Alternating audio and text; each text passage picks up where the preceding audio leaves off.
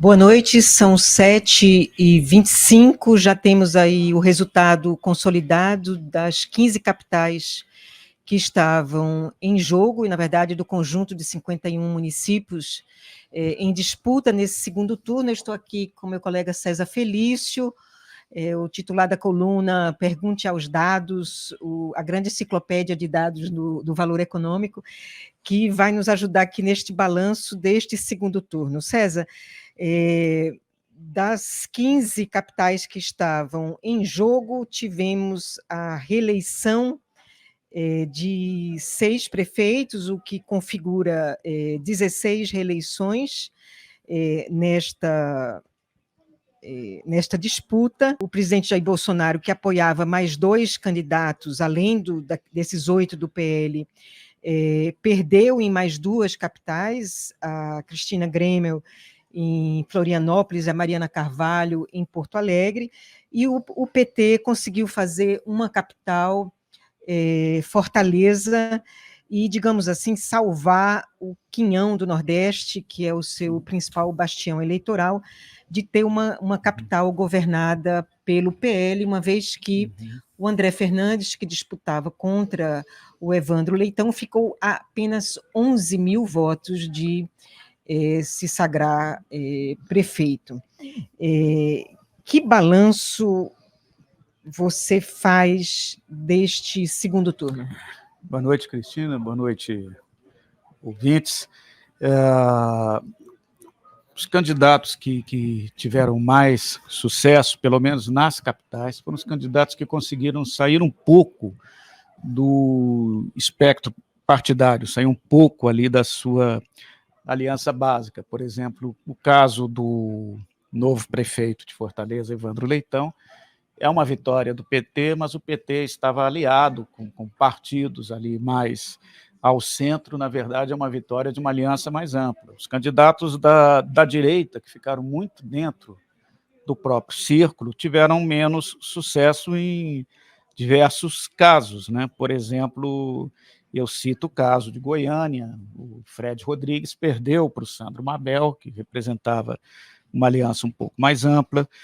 O André Fernandes perdeu em Fortaleza, o Bruno Engler perdeu em Belo Horizonte para um candidato de direita que também representava uma aliança mais ampla, no caso o prefeito Fuad Noman, e assim por diante. Capitão Alberto Neto perdeu em Manaus, também era do PL, a Janade Valcari perdeu em Palmas, e o Marcelo Queiroga perdeu em João Pessoa. Ao todo, o PL, na realidade, ficou em 4 capitais. O PL não sai mal deste segundo turno, não sai mal, de uma maneira geral, desta eleição. O que talvez não tenha, o que o Bolsonaro não tenha saído bem foi esses colégios eleitorais que ele se confrontou com o governador. Eu não sei qual é a tua avaliação, mas ele bateu ali de frente com o Ronaldo Caiado e perdeu. Ele bateu de frente com o Ratinho Júnior no Paraná e perdeu. Então, são 2 governadores com os quais ele se digladiou e perdeu, né? São 2 lideranças da direita que ele mediu forças, e pelo menos lá nos estados, né, em Goiás e no Paraná, ele não conseguiu emplacar o seu candidato. E em São Paulo, como é que você vê este equilíbrio de forças entre o bolsonarismo e o tarcísio? Em São Paulo, a vitória do Ricardo Nunes não foi uma vitória do Bolsonaro. Na verdade, o Bolsonaro ele ficou excluído da vitória em São Paulo ainda no primeiro turno, quando hesitou em entrar na campanha do Ricardo Nunes, né? O PL sai engrandecido, sem dúvida, pelo resultado, inclusive, das outras 51 cidades, mas não exatamente o ex-presidente Jair Bolsonaro como liderança política. A declaração que Ronaldo Caiado deu pouco antes da eleição do segundo turno, lembrando que existe mais de uma liderança nacional na direita, sinaliza para a divisão desse campo no futuro, né? Sim, agora tem algo importante que aconteceu nesse segundo turno em São Paulo, né, César, que foi o comportamento do governador Tarcísio de Freitas. Você tem razão quando você diz que o Bolsonaro, na verdade, ele não entrou de sola na eleição como o governador o fez. Ele deixou para entrar no último dia do primeiro turno e no segundo turno esteve mais presente, mas a grande liderança, não há dúvida alguma. Se o Tarcísio Freitas ganhou no primeiro turno porque conseguiu tirar do segundo o Pablo Marçal, com a sua reação frente àquele laudo falso sobre o Guilherme Boulos, neste segundo turno, o que estava em jogo era a consolidação de sua liderança neste campo da direita. O que me parece, com este gesto do governador, que com as urnas abertas há mais de 2 horas do término da eleição, divulgou um suposto relatório dando conta de uma orientação do crime organizado para voto em bolos, algo que a Justiça Eleitoral disse não ter sido informada, e a Secretaria Nacional de Segurança Pública do Ministério da Justiça tampouco disse ter identificado qualquer manifestação, qualquer movimento do gênero. Ao fazer isso, o Tarcísio Freitas, na minha avaliação, ele colocou em risco de sair desta eleição, como ele estava apostando, como a grande liderança da direita, porque o que ele passou a disputar, na verdade, foi com o Bolsonaro esse eleitorado de extrema-direita. E ele conseguiu, na verdade, borrar a divisão, a fronteira que existe entre a direita e a extrema-direita, porque ao fazer isso, ele é um gesto que está sendo colocado em dúvida pela maior parte dos advogados eleitorais do país, com quem se fala, os grandes advogados eleitorais do país veem aí, de fato, indícios de infração de crime eleitoral.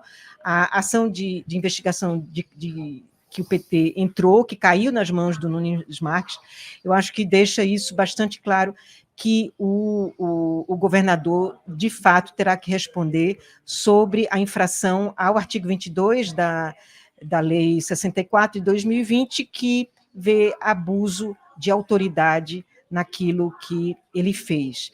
Então, com isso, ele passa a disputar este eleitorado de extrema-direita do Bolsonaro, e ele vai ter que se provar, a gente vai ter que ver se esse eleitor de centro será realmente impactado, mas, de imediato, o que ele fez foi arriscar esta sua imagem de moderado e este eleitor de centro que ele estava trabalhando para assegurar, né? Eu acho que o Tarcísio, com esse gesto, ele entra de sola numa disputa de uma polarização nacional. Eu acho que até o momento, aqui nos primeiros anos de mandato, Tarcísio ficou numa certa posição de equilíbrio, mantendo muito diálogo com o Lula, e se percebe com esse gesto que o governador de São Paulo talvez radicalize, quem sabe buscando aí um protagonismo nacional que ele estava mais discreto antes, né? Chama a atenção esse gesto do governador, depois que a primeira-dama e outras pessoas aliadas ao candidato derrotado Guilherme Boulos gravaram um vídeo contra o Ricardo Nunes, né? Foi uma participação direta da primeira-dama em uma campanha negativa contra um candidato. Uma coisa é o presidente pedir voto para A, para B ou para C. Outra coisa é participar de uma campanha negativa. O presidente Lula não fez isso ao longo da campanha contra o Ricardo Nunes, mas a esposa dele fez, com esse gesto de alguns dias atrás. Só que o gesto da primeira-dama e de outras mulheres com projeção na política nacional, este gesto, ainda que possa parecer polêmico, porque, de alguma maneira, a primeira-dama, obviamente, está identificada com o presidente, diz respeito a um boletim de ocorrência que efetivamente existiu, né? Uhum. A mulher do prefeito reeleito, Ricardo Nunes, lavrou esse boletim de ocorrência, depois retirou, e os dois permanecem casados, e ela acompanhou o prefeito em todos os eventos. Eu acho que houve uma reconciliação muito clara, mas o boletim de ocorrência existiu e já foi reconhecido a sua existência, agora, por uma delegada da Polícia de São Paulo. Agora, o que o governador fez em cima de um relatório, de um suposto relatório da Polícia Federal, cuja existência não é reconhecida pelas instâncias existentes, né, pelas instâncias a quem dizem esse relatório diz respeito.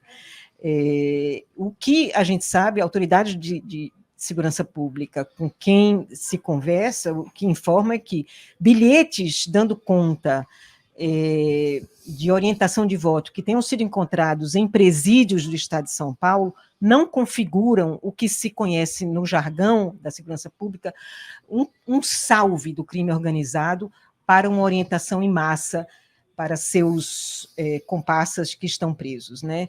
Então, de fato, é um gesto que, inclusive, impedirá que a direita, que é, ao fim e ao cabo, a grande vencedora dessas eleições municipais, consiga emplacar esta narrativa sem concorrência, porque, com esses gestos, o governador Tarcísio Freitas incluiu na narrativa pós-eleitoral o questionamento sobre o que ele fez. Sim, eu acho que sim, e é um gesto que surpreende do ponto de vista da lógica das urnas. O resultado final da eleição de São Paulo era exatamente o resultado previsto antes mesmo de acontecer o primeiro turno, quando se fazia simulações entre o Nunes e o Boulos. O Boulos teve exatamente a mesma votação que teve, talvez com 1 ou 2% a mais ou a menos do que teve no ano de 2020, né, quando enfrentou o Bruno Covas. Então, a eleição em São Paulo era um jogo jogado. A eleição em São Paulo era uma das mais previsíveis do país.